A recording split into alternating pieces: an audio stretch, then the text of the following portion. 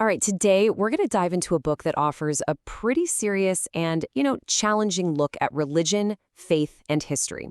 It's called A Woman by Rondi Pottinger. And honestly, it's the kind of book that asks you to take a step back and reconsider, well, maybe everything you thought you knew. So the book kicks off from this really powerful idea, and this quote just nails it. The point is, religion isn't just some private thing you believe in. No, it's this massive force that shaped entire civilizations. It's built cultures, and for thousands of years, it's been used by power structures. You just can't understand human history without getting a grip on this intersection. And this brings us right to the core tension the book wrestles with. I mean, think about it.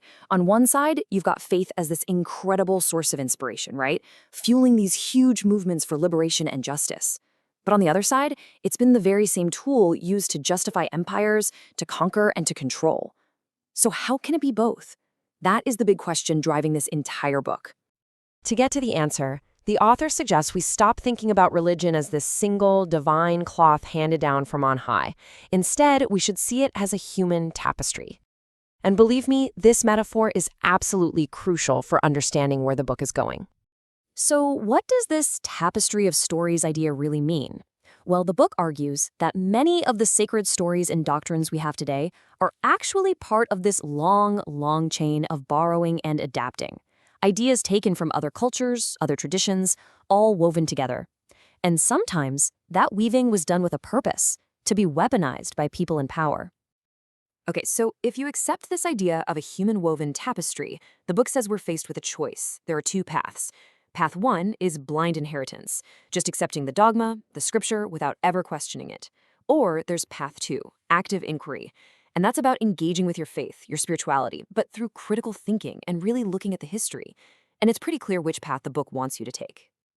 You know, this naturally leads to a huge question that the book has to tackle. If these stories are human woven, how in the world did they become divine law?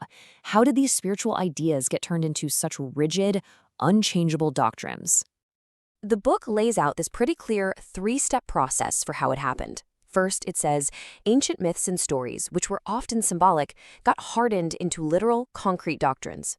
Second, the politics of the time actually shaped the very concept of saviors and divine figures to fit their needs. And finally, when you combine those two, power structures could step in and say, we hold the one and only truth. The argument here is that this wasn't really a spiritual evolution, it was a political one. Now, you might be thinking, wow, this sounds like it's just trying to tear religion down. But the author is really clear that's not the goal at all. Instead, the book frames itself as a recovery project. It's about trying to find and reclaim all the things that it argues were lost or maybe even intentionally buried over the centuries. And this is such an important point to get.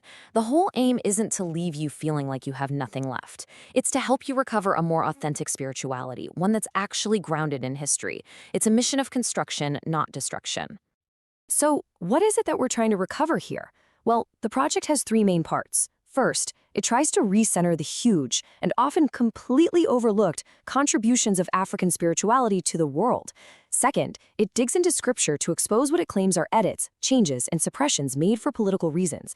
And finally, it shines a light on the wisdom from traditions that were around long before the Bible, trying to give us a much fuller picture of our spiritual past.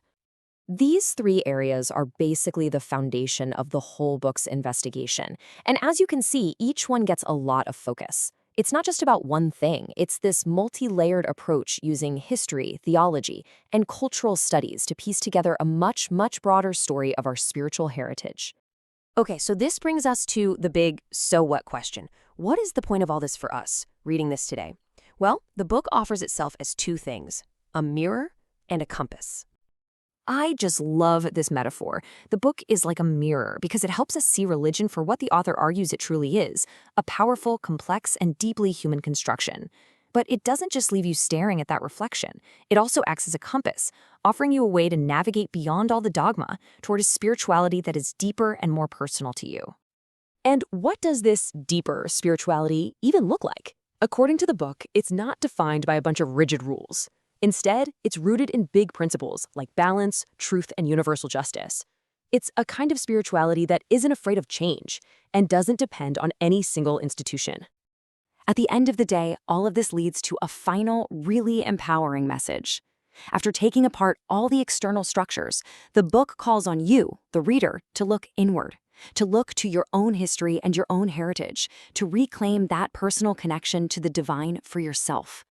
And this final quote just drives that point home. This isn't just some academic thought experiment. You can feel the urgency here. It's a call to action, a call to wake up, to really re-examine the foundations of what we've all been taught, and to reclaim a spirituality that is truly our own. Which leaves us with this last really powerful question to ponder. The book issues this call to awake. Now, whether you agree with its arguments or not, it kind of forces you to ask yourself, what does it really mean to be awake in my own spiritual life? And that's definitely something worth thinking about.